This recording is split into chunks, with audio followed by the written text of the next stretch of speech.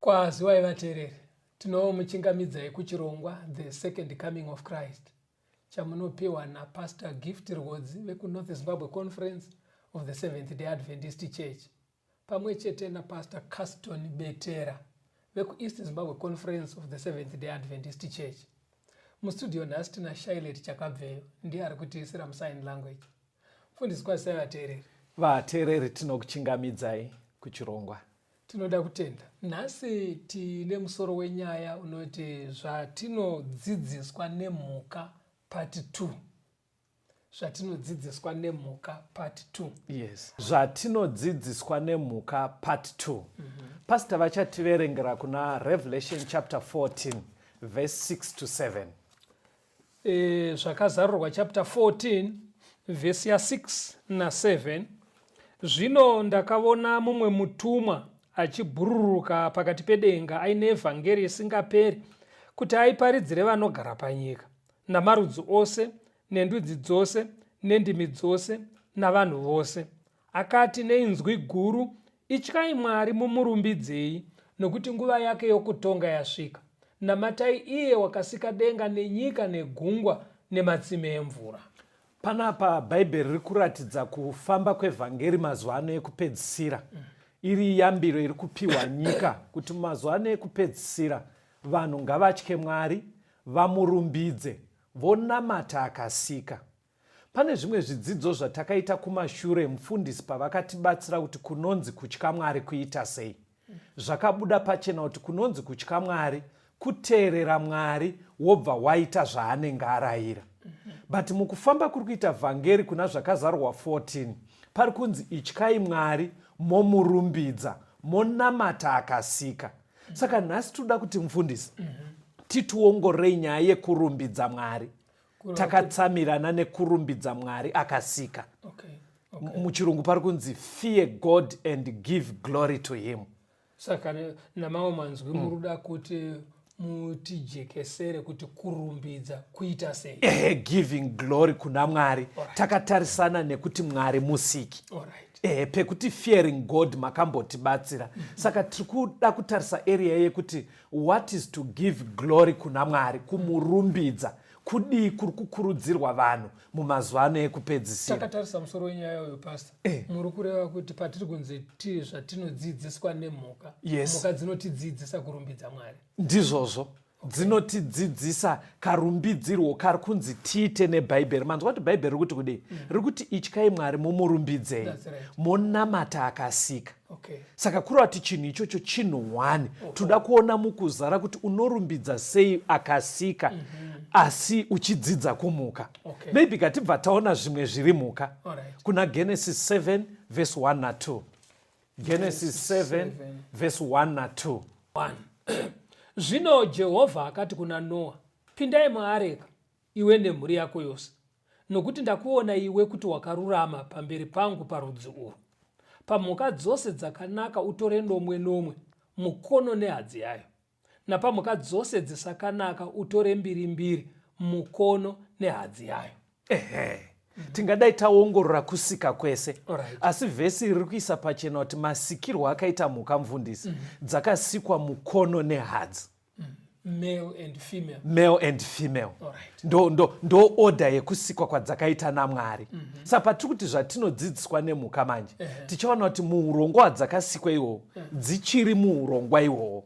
In other words, kana muchiri zvatinodzidziswa nemhuka hakusi kuti tiende tinomira pamberi pemhuka iyoyo toticha aiwa kuti kungonotarisa toona mararamiro emhuka obva atipa uchenjeri. Ani mazonaka nekuti mufundisi ka bhaibheri mukunyorwa raamapepa razowanika makore mashoma apfuura aya, but Mwari kare aingotaura nevanhu. Handitika even pasina mapepa ebhaibheri anyorwa, zvimwe zvaaishandisa ukadzidza mubhaibheri aishandisa nature, zvakasikwa. Saka pandiri kuti ngatimboonai zvakasikwa zvitidzidzise in case pamwe bhaibheri riri kuita kunge rakaoma. Saka chatatanga kutoona pakusikwa kwemhuka dzakasikwa mukono nehadzi. Vateereri nevamwe zvotaurwa namufundisi ndezvekuti mukaswedera kune zvakasikwa naMwari zvinosanganisira mhuka, mukanyatsokuzvicherechedza masikirwo azvo nemararamiro azvinoita, pane zvidzidzo zvinobuda imomo zvinokubatsirai kunzwisisa zvimwe zvinhu zvinogona kunge zvisina kujeka. Ndizvozvo. Saka pastor ndoda kuti muchiverengera vateereri kuna vaKorinde timboona kuti isusu mukusikwa kwedu mhuka sofa tadziona masikirwo adzo. Mukusikwa kwedu zvimwe zvinotarisirwa naMwari patiri isusu. VaKorinde wokutanga chapter 10 verse ya 31 ipapo. Yes. Naizvozvo kana muchidya kana muchinwa kana muchiita chinhu chipi nechipi, itai zvose kuti Mwari akudzwe. Saka pari kunzi vanhu patinenge tichirarama tichiita maactivities api neapi, kungave kudya kunwa, hanzi ngatizviitei kuti zvipe glory kuna Mwari. Kureva kuti kaitiro katinoita, kadyiro katinoita, yes, kunotobuda kurumbidza Mwari. Panotobuda kurumbidza Mwari even usati watoenda kuchechi kunoimba rwiyo rwekuchechi. Saka bhaibheri ruda kuburitsa kuti kunonzi kuglorifya Mwari kana kuti kurumbidza Mwari kana kuti kukudza Mwari chii. Saka zvikutonobuda kuti kukudza Mwari hakungonosendame pakuti uri kutaura zita rekuti Mwari makanaka ndokudai. Hanzi madyiro ako, kadyiro kako, mararamiro auri kuita pazvinhu zvese panzi chipi nechipi, kureva kuti zvese ita kuti Mwari akudzwe. Saka ndo patiri kuenda ipapo kuti tomukudza sei tichidzidziswa nemhuka. Mazoona manje ka pana vaKorinde ipapo pastor chapter 6 verengai vhesi ya 20. 1 vaKorinde 6 verse 20. Yes. Nokuti makatengwa nemutengo, naizvozvo kudzai Mwari mumuviri wenyu. Bhaibheri riri kuti kunyanya kunesu maKristu vanotenda rudzikinuro rwatakaitirwa naJesu achitifira, hanzi makatengwa nemutengo unodhura kudaro. Ndimi vanhu vangadai vari kutonyanya kukudza Mwari kuburikidza nemiviri wedu. Kureva kuti mashandisiro atinoita mitezo yemiviri yedu pastor angadai achitonyanya kuita kuti Mwari arumbidzwe. Nemamwe manzwi tinofanira kushandisa umwe nemumwe wemitezo yemiviri yedu nenzira isingagumburise Mwari. Saka toishandisa sei mitezo iyi? Ndo patiri kuti ngatidzokerei kumhuka timboona kuti dzinoshandisa sei mitezo yadzo. Saka patauda kuti tichienda manje toda kutanga tichiona vanhu vari kuita kunge vasiri kuona zvidzidzo zviri kubva kunecha kumhuka. Saka handei mubhaibheri kuna Genesis 13 verse ya 13. Zvino varume veSodhoma vakanga vakaipa, vaitadzira Jehovha kwazvo. Pari kuintroducwa vamwe varume vaigara muguta rainzi Sodom. Hanzi vanga vakaipa. Mamanzwa pamaverekanzi vachitadzira Jehovha kwazvo. Mapanzwa vateererika kutsimbidzira kwaita bhaibheri kuti vaitadzira Jehovha kwazvo. Kureva zvakasimba. They were very wicked. Tivateedze vanava pana Genesis 18. Hatifambei napo verse 20. Genesis 18 verse 20. Verse ya 20. Ipapo Jehovha akati, kudanidzira kwesodhoma negomora kukuru kwazvo, zviro kwazvo zvivi zvavo zvakaipa kwazvo. bhaibheri riri kuramba richitsimbidzira vateereri kuti zvaiitika musodhomu zvanga zvakaipa zvakadaro zvekuti mulangweji yebhaibheri zviri kutoita kunge zvinonzi zvaidedzera kuna Mwari kuti muri kuona here zvatiri kuita kuno, but kuri kungotaura kwebhaibheri kwekuti Mwari aiona zvese, but riri kuramba richitsimbidzira bhaibheri kuti zvanga zvakaipa. Pastor, musodhomu makambogara murume ainzi Lot. Muya mwana womunin'ina waAbhurahamu. Exactly. Saka Lot achigara musodhomu ateereri, mumwe musi kunonzi ngirozi dzaMwari dzakauya dzatotumwa naMwari unzi imbononyatsoverifyai, inonzi fact finding mission. Munyatsoona kuti munoongorora here kuti ndizvo zviri kuitika. Saka hanzi dzasvika Lot ndobva dzamira kunze kumusika. Loti akati vaenzikava zvikanzi vanhu vaMwari ndokumbira uyai murare kupi kumba, ndobva dzati haiwa kana torara hedu pano kusvika vakataurirana paya, ndobva aenda nadzo kumba vari kutokurukura. Loti haana unge atomboziva kuti vanhu apa vanga vari kumusika varume muno muguta vatovaona.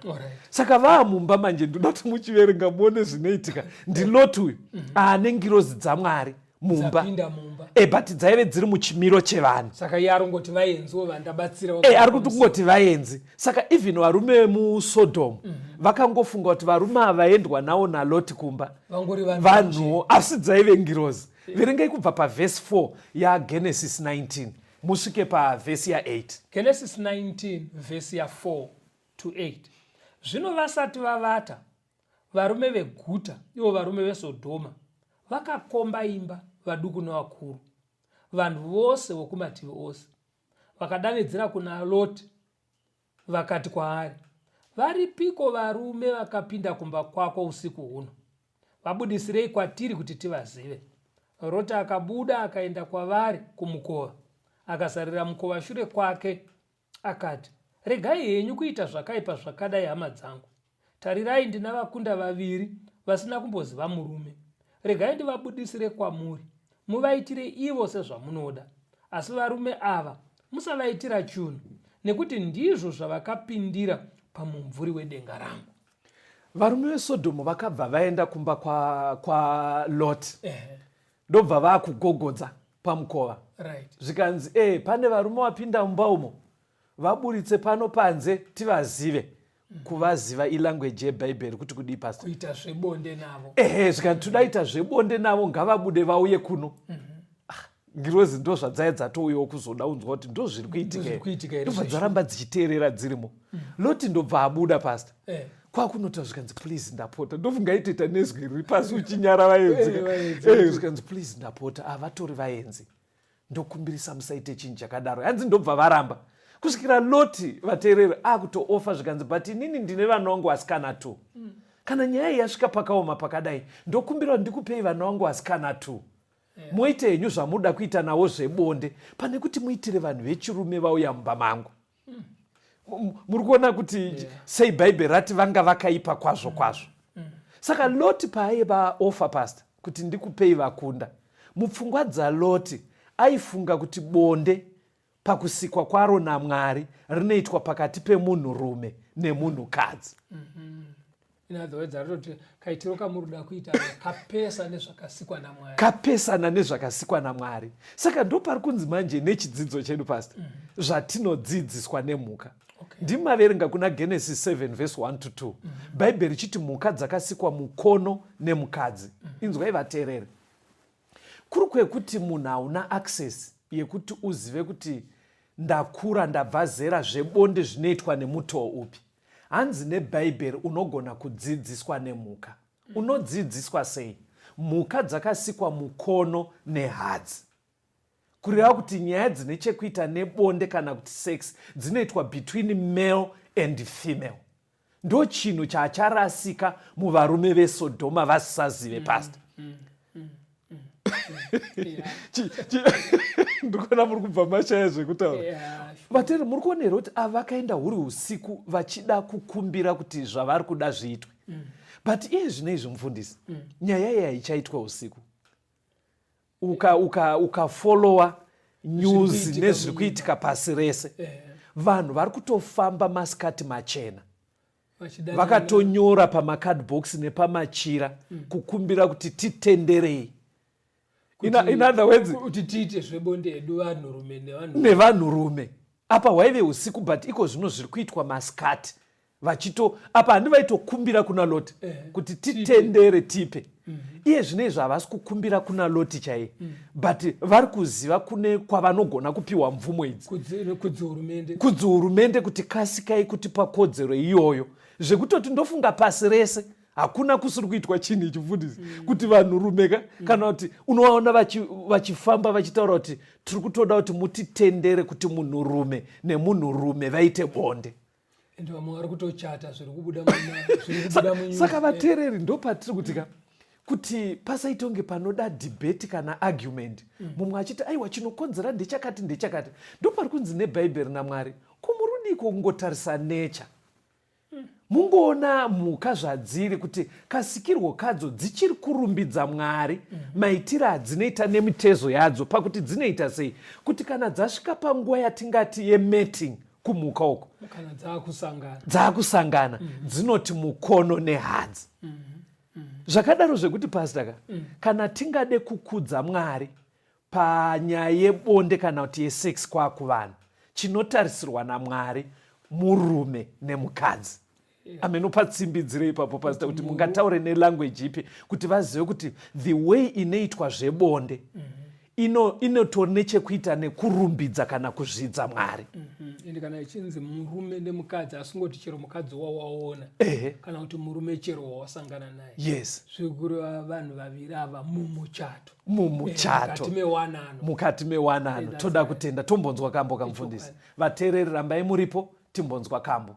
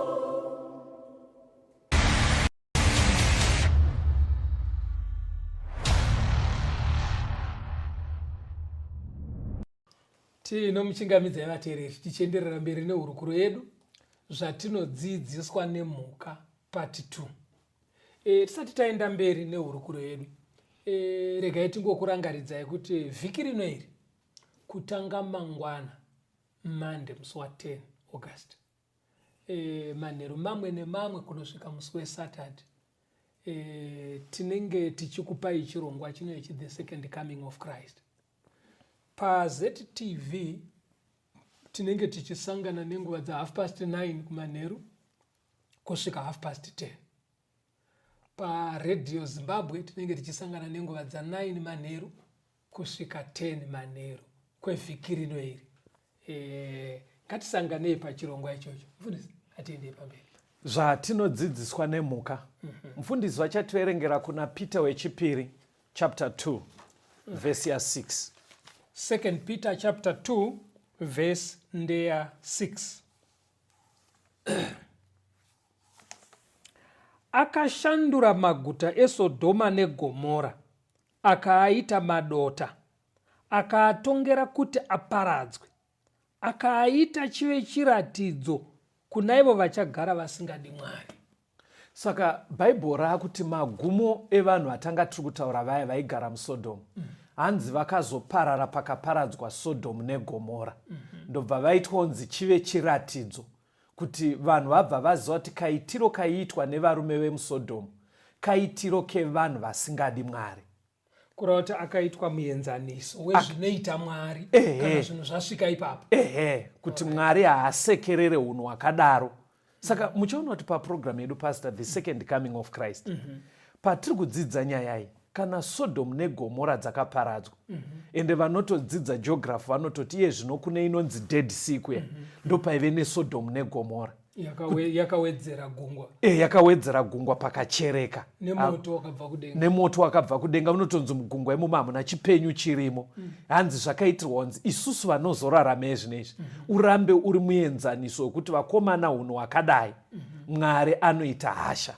Zviri kutsanangurwa namufundisi hakusi kuti Dead Sea yakachereka ipapo, yaivepo. Yes. Asi maguta eSodhoma ari pedyo nayo. Yes. Saka moto pawakarova, yes, wakachera gomba rikawedzera kukura kwegungwa ndizvo. Ndizvozvo.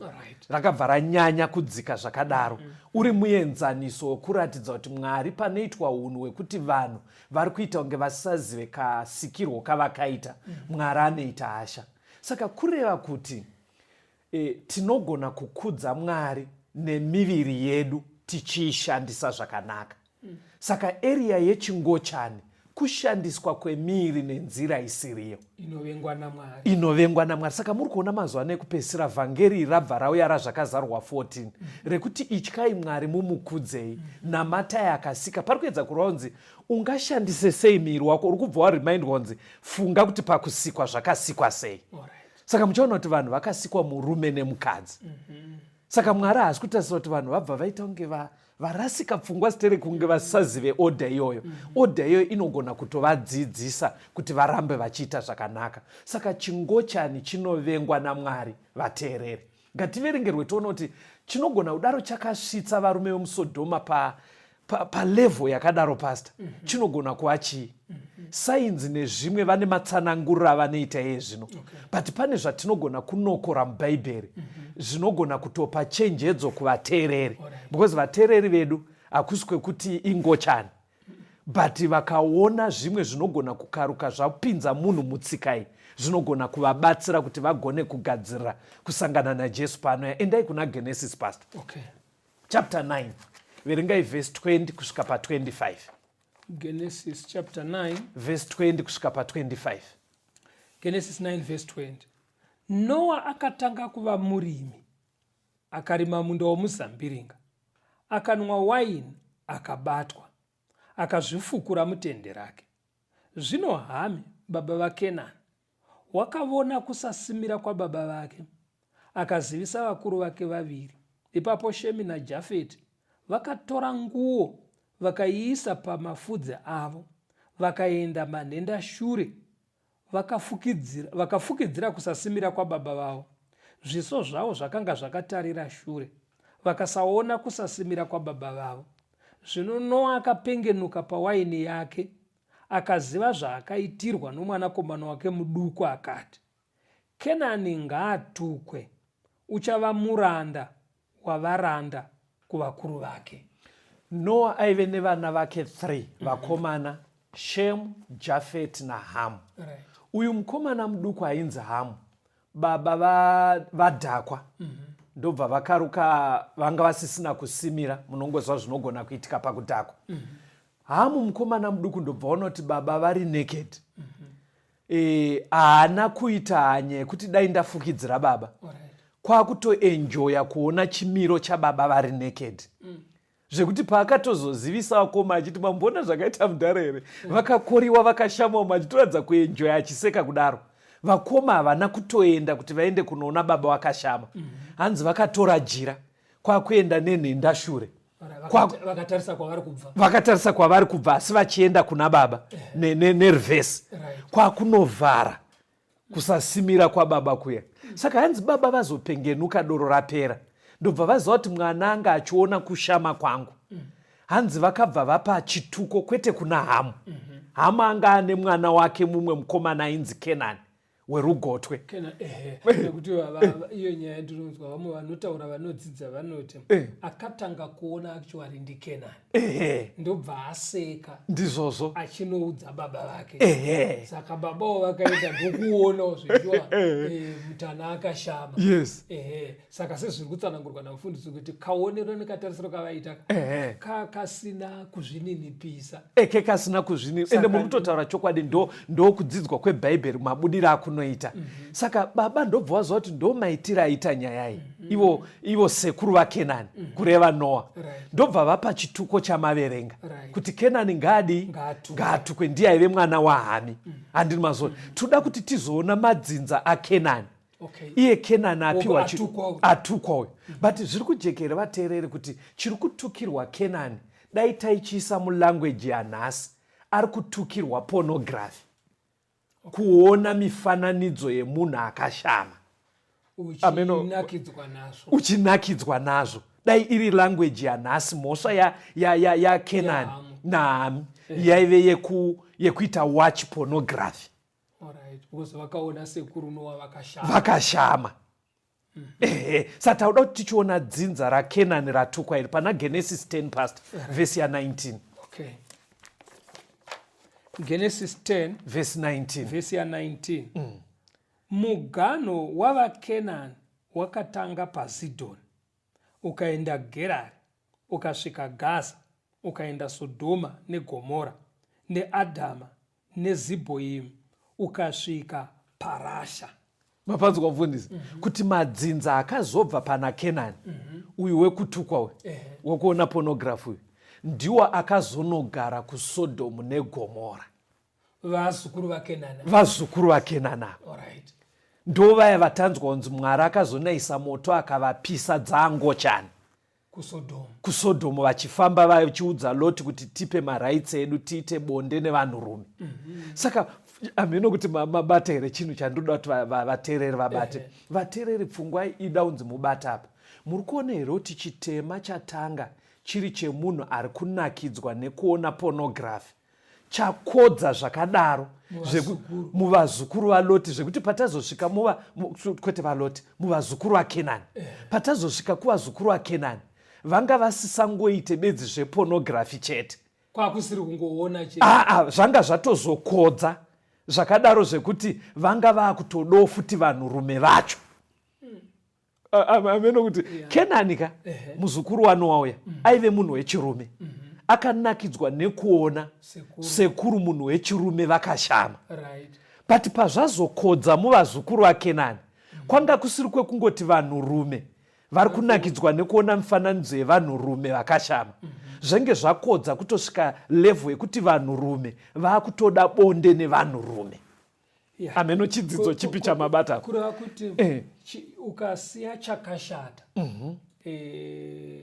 chikange chako unoenda mumwana chichienda muchizukuru chinoenda chichiwedzera uipi hwacho. Ndizvozvo ndo point number 1 magona ndokupai half mark. Apa mangoti chakashata imwe hafu yacho imwe hafu yandinoda kufundiswa vataureka vageneralize vakangoti ukasiya chakashata. Ndaachida kutoti vati ukajairira tsika yekuona pornography. Kuona mifananidzo yevanhu vakashama. Very good. Nokuti ndo area yatoda kutsvaga kuti chinosvitsa vanhu muchingochani chii. Ende zvinoratidza zveshuwa kuti ukaramba uchizvitendedza uchizvijaidza kuenjoya kuona mifananidzo yevanhu vakashama zvinoramba zvichikodza mauri kusvikira waku extreme level yekutokaruka wakuchingochani. Saka itori yambiro ikuvateereri pastor.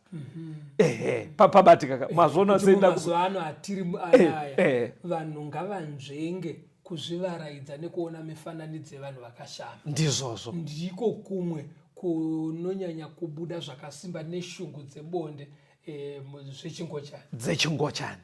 Saka nyaya yechingochani ine tunhu hobho tunotenderera pairi. Muri kuona chimwe chatatotaura pastor, nyaya yepornography iri kutenderera ipapapo. Ngatichionai kuti patadzidza kuSodom neGomora, Mwari anga ari kungotiudza zvakaitika, but pasina pari kunyatsoratidza kuti Mwari havadi. Ani mazubataka. Saka toda kuti tichiunzwa Mwari achinyatsotaura kuti chingochani anochiona sei netsika dzinenge dzakatenderera pachingochani. Endai kuna Leviticus pastor.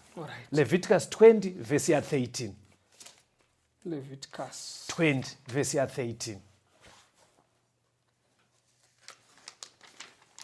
Leviticus 20 verse 13. Yes.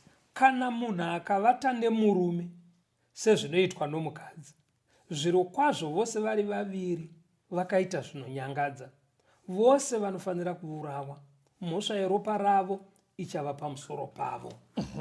Leviticus pastor ibhuku rechitatu tabva pana Genesis.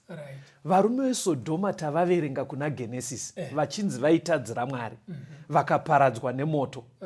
But hapana panga pakanyatsotaurwa naMwari kareko kuti ndinozvivenga. Saka kurevei pastor? Kureva kuti Mwari aitarisira kuti vadzidze kumhuka.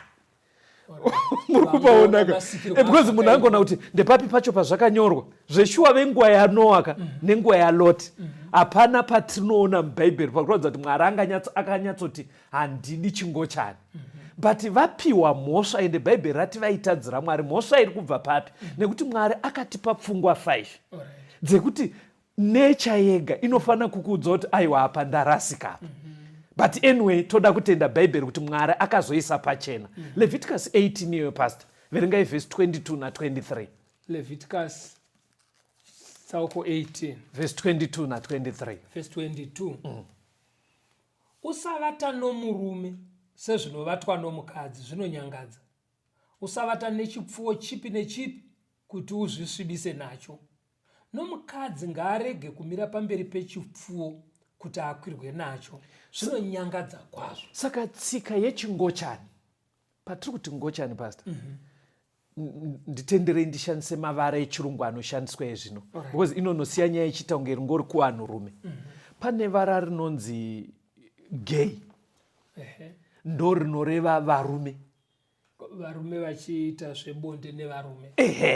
Pane vara rinonzi lesbianism, ndo rinoreva vakadzi vari kuvakadzi. Vakadzi vachiita zvebonde mukadzi neumwe mukadzi.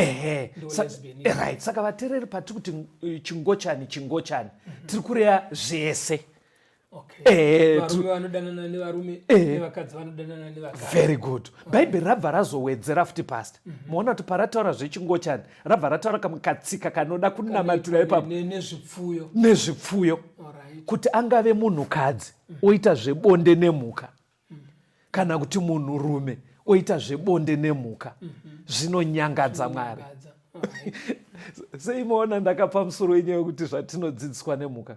Munoziva here kuti kumhuka kavara kamungaise mushoneri pastor kekuti species, toti nemarudzi adzo, kuti mati mambozvione here kuti mbada haigone kuuya yoskonetsa imbwa kuti iite zvebonde. Muri kupabataka imbada tumbada. Saka bhaibheri pari kuti wedu dzidzai kumhuka murumbidze Mwari. Pane pakuchinetsa manje kuti kuvanhu chii chiri kuitika vateereri kuti human being oenda kudogi, munhu oenda kuimbwa asi hauone imbwa ichienda kumbudzi kana kumbada. Animazvo. Saka Mwari ari kubva ati tsika idzi dzinonyangadza. Saka vhangeri pariri kufamba vateri chinzi ityai Mwari, mumurumbidzei, namatai akasika. Zviri kunzi maitiro atinoita nemabhodhizi edu nemitezo yemiri ane chekuita nekurumbidza kana kushora Mwari. Tsimbidzirai nekuerenga Deuteronomy pastor 27 verse 21. Deuteronomy 27 verse 21. Tozodzoka pana Deuteronomy 23. Deuteronomy 27 verse 21. Ngaatukwe munhu unovata nemhuka ipi neipi. Zvino vanhu vose vakafanira kuti amen. Deuteronomy 23 verse 17. Deuteronomy 23 verse 17. Yes. Hapafaniri kuva nechifeve pakati pavanasikana vaIsraeri. Yes. Uye hapafaniri kuva nemhombwe pakati pavanakomana vaIsraeri. Ukaverenga nechirungu panzi mhombwe pakati pavanakomana vaIsraeri hapasi kureva munhu ari kuita chipfambi. Chirungu chinototi there should be no sodomite. Ivara riya riri kutorwa dzekusodomu haafaniri kutombowanikwa. Apa vaiudzwa vana vaIsraeri ndo vaitya Mwari. Kureva kuti vaterereka, kana taakuuya kunyaya dzekuchechi, nyaya yekuti paite munhu muchechi setup ari kutoti ndigamuchirei ndiri ngochani muchechi ari nhengo yechechi achitonzi mugamuchirei hamuzere kuti ari gay mulesbian. Iri kutonzi haifanire kutombonzikwa iyoyo. Ingadai ichiwanikwa kunze but vhangeri rosvika rovawisa kuna Mwari. Saka hachisi chinhu chinototarisirwa kunzi paitike kuti nyaya mumachechi pastor mutonzi gamuchirai ngochani dzakadaro. Dzinogamuchirwa kupinda kuskonzwa vhangeri kuti vatendeuke. Kwete kuti itonzi aiwa kuchechi kwedu isusu ngochani dzakatenderwa dzinogara zvakanaka. Bhaibheri raramba. Verengai timhanye pastor pana Romans 1 verse 26 to 28. Chingoverengai vhesi iroro timbonzwa kambo. Roma 1 verse 26 kusvika pa28. Saka Mwari wakavaisa pakuchiva kunonyadzisa, nokuti vanhukadzi vavo vakashandura basa ravakasikirwa rive basa ravasina kusikirwa. Saizvozvo vanhurumevo vakasiya basa rakasikirwa munhukadzi, vakakundwa nokuchiva pakati pavo, vanhurume vachiita zvinonyangadza navanhurume, vakapiwa mukati mavo mubayiro wakafanira wokurashika kwavo, sezvavakanga vasingadi kugara vachiziva Mwari. Mwari akavaisa kumurangariro wakarashika kuti vaite zvisakafanira. Toda kuti timbonzwa kambo tosikotangira paverengwa namufundisi. Rambai muri pachirongwa.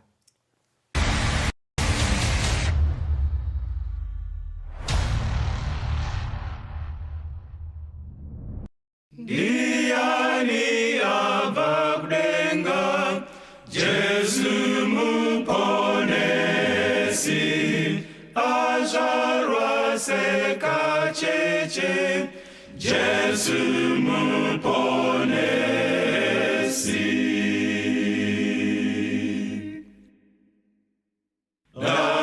Daidzira rwiyo waunza ruponeso, hakuchina umwezve saJesu muponesi.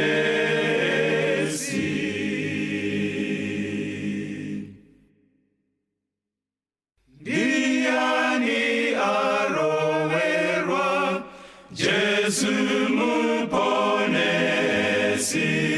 kuponesa iwe neni, Jesu muponesi.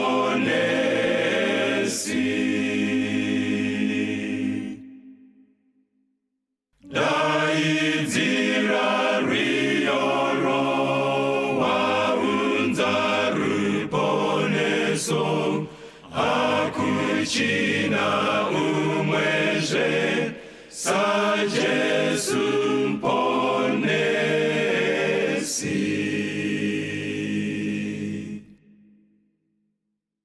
Ndiani achauyazve, Jesu muponesi,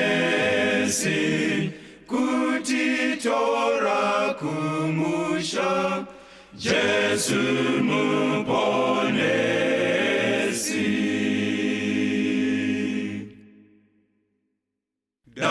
Daidzira rwiyo waunza ruponeso, hakuchina umwezve saJesu muponesi.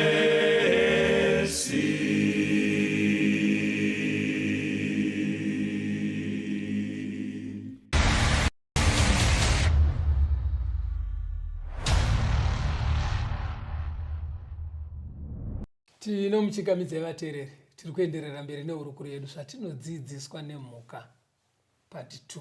Yes. regai tingokurangaridzai urongwa hwatiinawo mukati mevhiki rino iri vateereri. Second coming of Christ munenge muchisangana nechirongwa ichi manheru mamwe nemamwe kutanga mangwana muvhuro musi wa10 August. PaTV tinenge tichisangana kubva na9:30 manheru kusvika nguva dza10:30. PaRadio Zimbabwe tinenge tichisangana nenguva dza9 manheru kusvika 10 manheru mamwe nemamwe.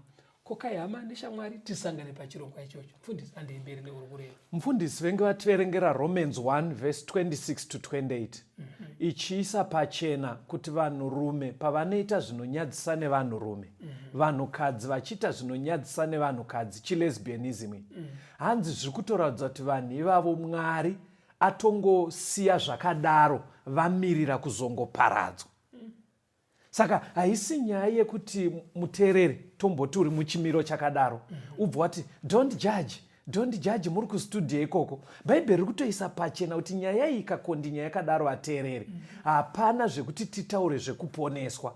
Why? Mwari ari kutariswa zvinhu zviri pachena zvatinogona kudzidza kumhuka pasi. Hazvina kumurumbidza kuita kwakadaro. Hakuna kumurumbidza zvachose. Verengai Jude 7. Jude 7 vhesi ya7. Yes. SeSodoma neGomora namaguta akapoteredza akazvipa kwazvo saivo kuupombwe nokutevera imwe nyama, akaitwa chiratidzo, akarohwa nemoto usingaperi. Saka Bhaibheri rikuramba richiti Sodom neGomora vakaitwa an example. Makaziva kachirungu kandogara nchitaura kaipa ndotaura zveSodoma. Ndogara njiudza mufundisi ndichiti if God is not going to destroy this world, he owes an apology to Sodom and Gomorrah. Isai mushona pastor. Kuti Mwari akarega kuparadza nyika inoi nekuda kwechingochani chatekeshera. Zviro kuti anofanira kumutsa vemuSodoma avakumbire ruregerero kuti ndakakuparadza henyu mahara. Yet Bhaibheri rabva rati haana kuvaparadzira mahara. Pamaverenga pairabva ranzi vakaitwa example, muenzaniso wezvinoitwa naMwari chitema ichi chikatekeshera sezvachiri kuita.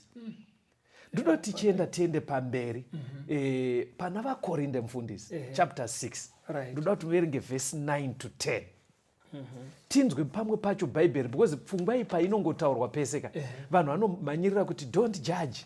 Ameno kakavara kekuti don't judge vanhu kari mufashion hysteriki because kari kushandiswa mazuva ano kutyisidzira vaparidzi kuti vabva varega ukaparidza uchitsiura nyaya idzodzo idzo inobva yaita kunge saka kanobva kakutyisidzira imi mapasta. Verengai munzwe 1 vaKorinde 6 vhesi ya9. Yes. Ko hamuzivi kuti vasakarurama havangagari nhaka youshe hwaMwari here?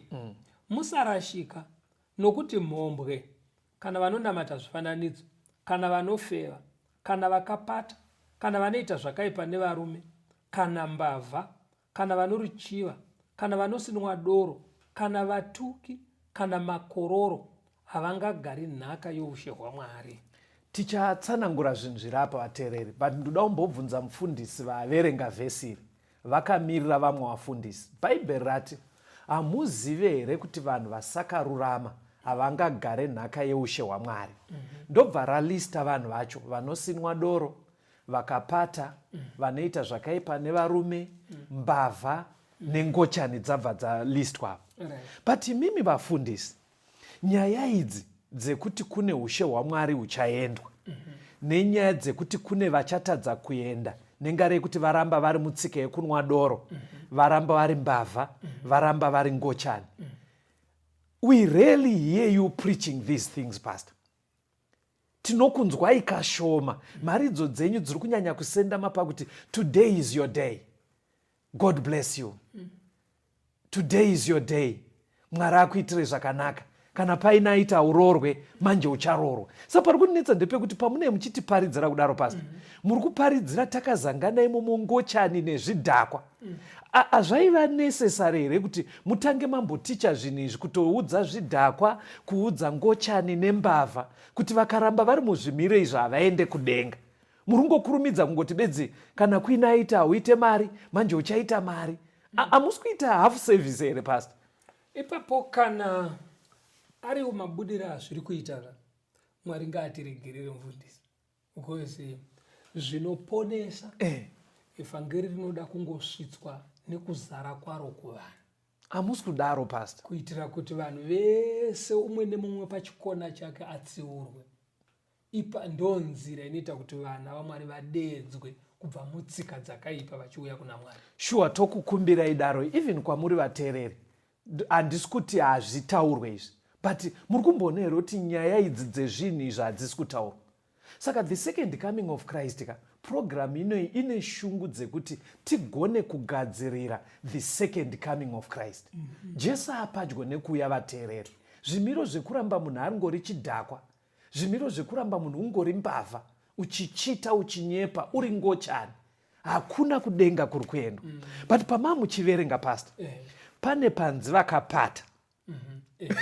Ndichada kutobvunza mufundisi kuti kana zvinzi kupata kupusa here? Kupata vara iroro ndo zvariri mushona, asi ukaerenga nebhaibheri rechirungu pane parinoti zvichienderana noti ibhaibheri ripi, rinogona kushandisa vara rekuti the effeminate, because rati vakapata ndobva rabva rati vanoita zvakaipa nevarume. Saka nechirungu rinenge chiti the effeminate and the homosexuals. But ukanotsvaga varanzi the effeminate vakapata, riri kureva munhu wechirume ari kupotreya macharacteristics echikadzi, emunhukadzi. Kuti munhurume Yes. asi anoratidza kuita kwake anoita sezvinoitwa nevanhukadzi. Exactly. Saka the effeminate kauti vakapata riri kureva kuti munhu wekuti ingave hairstyle. Ndadada kutobvunza kuti nienzanisa. Mirai ndikupei. Zvinoreva vara iri inogona kuva iri hairstyle. Achibva uku unogona kufunga kuti mukadzi. Negadziriro kaita musoro. Kunogona kuva kuri kumeso. Maitiro haatoita achizora mafuta. Makeup unotogona kufunga kuti mukadzi. Inogona kuva iri dressing. Inogona kuva chichiita kunge t-shirt kana chii, but zvotopedzisa zvakuita kunge rinenge rokwe kunge kudii, zvekuti unoti munhukadzi. Dzinogona kuva dziri shangu chaidzo, bhutsu. Dzinogona kutoti utadze kuzoti munhu uyu chii. Inogona kuva iri step pastor, achifamba apo. Saka ari murume akafamba kunge ari kuita zvinoita vanhukadzi zviya, ndo ari kunzi nebhaibheri munhu akapata. Azvigumire ipapoka. Anogona kuva kari katauriro. Izwi. Ndoda kuti munditi good morning Mr. Betera. Itai, ndoda kuti vateereri vanzwe muenzaniso. Good morning Mr. Betera. How are you Pastor Rezi? Maseka. Mazona kuti maseka ka. Because ndaedza kuteedzera izwi revanhukadzi. Ini ndichitozikanwa kuti munhurume handitika. Saka kakuita ikakako. Bhaibheri riri kubva rati havaende kudenga vanhu ivavo. Kupata because kuri kunodyidzana nechingochani. Imviro kana kutoti itori saini yekuti ndiri ngochani. Saka munhu anenge achitoita sekuzvishambadzira. Kuzvishambadzira imarketing. Saka bhaibheri rakaona kuti tingatambure tikazosuwiwa kuti ungonanga munhu kuti uri ngochani iwewe. Rakabva rangoti kaitiro kauri kuita kupata, but ndobva rabva rataura kuti kupata kwacho hauende kudenga. Hanimazvoona ka, because riri kuziva kuti zvakanovakidzana. Saka vateereri tinokumbirisa zvikuru sekureva kuri kuita bhaibheri. Mwari ngaatipe simba. Tikutoziva kuti pavateereri kunogona kuva variko vanga vatotyokera mutsika idzi kutaura chokwadi Jesu akuuya. Ngatikumbirei simba tibude mukupata kwese. Chibva imeenda Deuteronomy 22 verse 5. Ndoda kuti mubva maikomenda iyoyo. Deuteronomy 22 verse 5. Yes. Mukadzi haafaniri kufuka nguo dzomurume. Nomurume haafaniri kufuka nguo dzomukadzi. Nokuti ani nani unoita izvozvo unonyangadza Jehovha Mwari wako. Right. Izvi zviri kutowedzera kutsanangura pamamutitsanangura kupata. Kuti unoda kupa mufananidzo wekunge uri mukadzi iwe uri murume.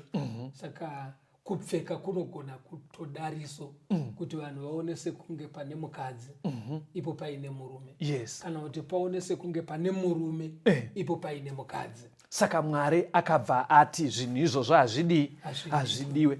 Kuipa kwaita uipi panyaya idzodzo pastor, patiri kutaura zvekupfeka nedi. Iye zvino izvi nyika yasvika pakuti kune majekiseni. Mukuona zvamakaita izvi? Munogona kubayiwa jekiseni rekuti miri wenyu unochinja.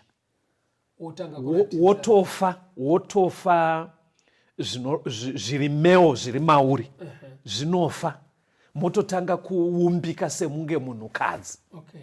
Zvekuti matozopfeka hembe idzi dzekunge munhukadzi, vanhu tinotokushayai. Voice rachinjwa, kapfekero kachinjwa, pane makeup, miri wacho unenge watochinja futi. Saka mhando dzese idzodzo pastor ndo dziri kunzi nebhaibheri madiko kudzidza kumuka. Saka izvi aminoti zvinotsanangurika sei mufundisi? Taurai. Kune hembe dzekuti ukatarisa munhu achibva uko ndo dzakajairira kupfekwa nevarume, asi zvonzi yakasonwa pachikadzi. Mufundisi ndosaka tiri kunzi nyaya idzodzo mukudzidza kuri kuita bhaibheri parati vakapata riri kuda kuavoida tunharo itwotwo. Muri kunzwa here? Because kana hembe yaichizikanwa nharaunda yamunogara kuti ndedze varume, haingazoite yechikadzi nekuti yaiswa bhatani kuleft chete. Muri kunzwa here? Because chinoratidza kuti munhukadzi nemunhurume harizi bhatani kwaraiswa kana kwaiswa zipi. Saka bhaibheri rakaona kuti panogona kuda kuita vanhu vanofunga kuti vakangwara voda kuita nharo idzodzo, riri kungoandalaina roti kupata. Hani mazvona saka haisi nyaya yekuti tibva tangoti no zvachinja, culture is dynamic. Shoko raMwari richiri kuda kuti tive vanhu vanogona kuzoenda kudenga pastor. Saka nemamwe manzwi panapa tiri kurudzirwa kuti munharaunda matigere, munhu anofanira kucherechedza kuti varume vanopfeka sei, vakadzi vanopfeka sei zvine mutsigo. Zvinoita kuti varambe vari varume, zvoita kuti varambe vari vakadzi. Ukanhanira zviri kuitwa nevakadzi uri murume kapfekero, wapata.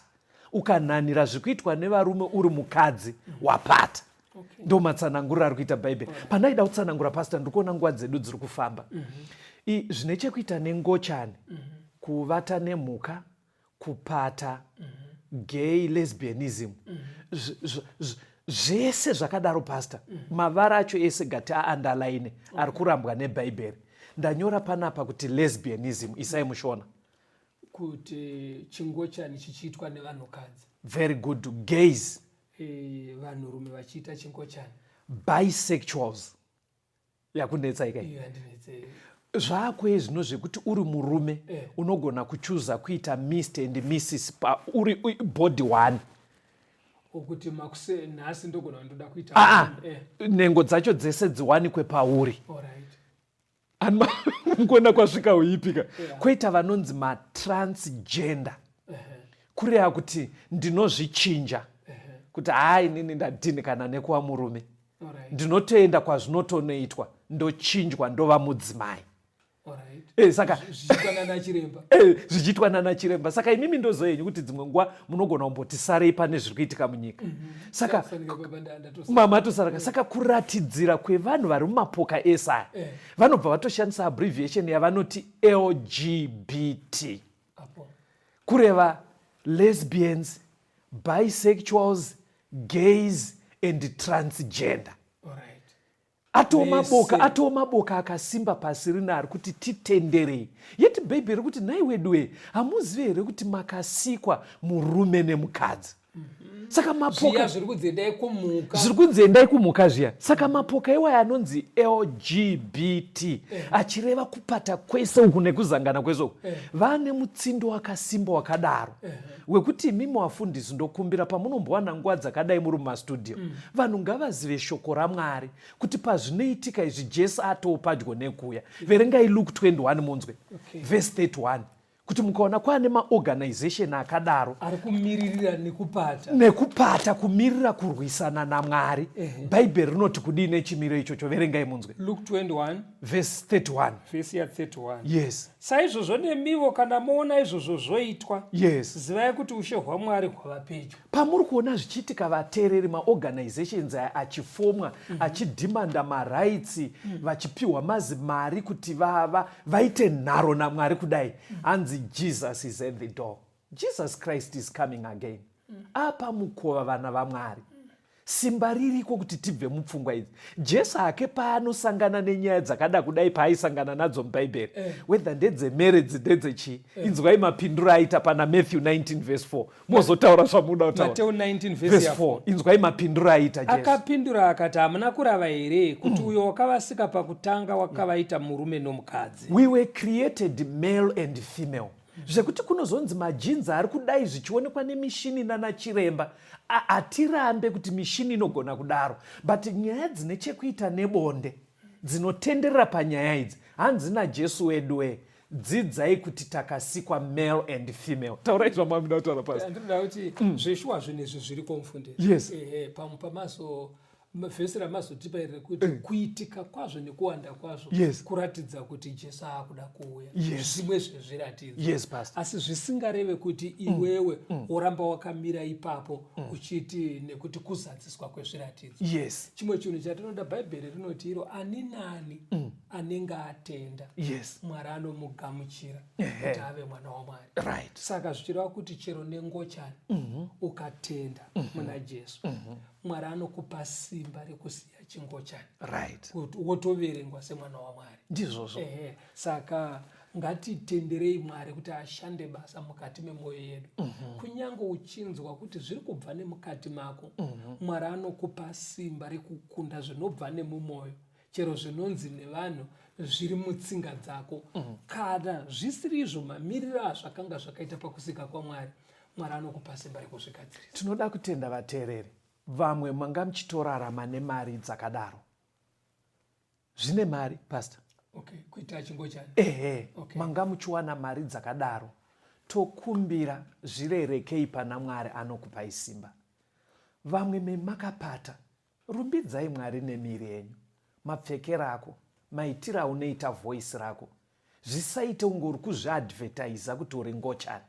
Ngatiitei zvinoratidza kuti tiri kurumbidza Mwari nemiri yatakapiwa naJehovha sezvatinodzidza kumuka. Onekai vateereri vedu mufundisi. Tinotenda vateereri nekuva nesu pachirongwa. Mwari akuitire zvakanaka. Kana mungaita mibvunzo kana pamwe pamunoda kubatsirwa kwamuri ikoko, kana kuine hama shamwari dzinopinda sangano rema-Seventh Day Adventist, endai kwavari, taurai navo, vanoziva kwekuenda nemi kwamunondobatsirwa. Asi imwe nzira munogona kutibata direct, kufona, kutumira ma-SMS, kutumira ma-WhatsApp messages. Torai namba dzinotevera 0774 651 181 0774 651 181 kana kuti 0716 452 086 0716 452 086. Mwari vave nemi, tisangane muchikamu chinotevera. Uyanyi mudzimbu mchene Zadzanyi moyo wangu, uyanyiwo zvino pano. Zadzanyi moyo wangu, uyanyi. Zadzanyi Jesu nemudza wenyu, uyanyiwo zvino pano. Zadzanyi moyo wangu, munokwanisa kuzadza moyo wesewo wangu, asi ndinokuda imwi kuzadza moyo wangu, uyanyi. Zadzanyi Jesu nemudza wenyu, uyanyiwo zvino pano. Zadzanyi moyo wangu, ndanetsa handine simba.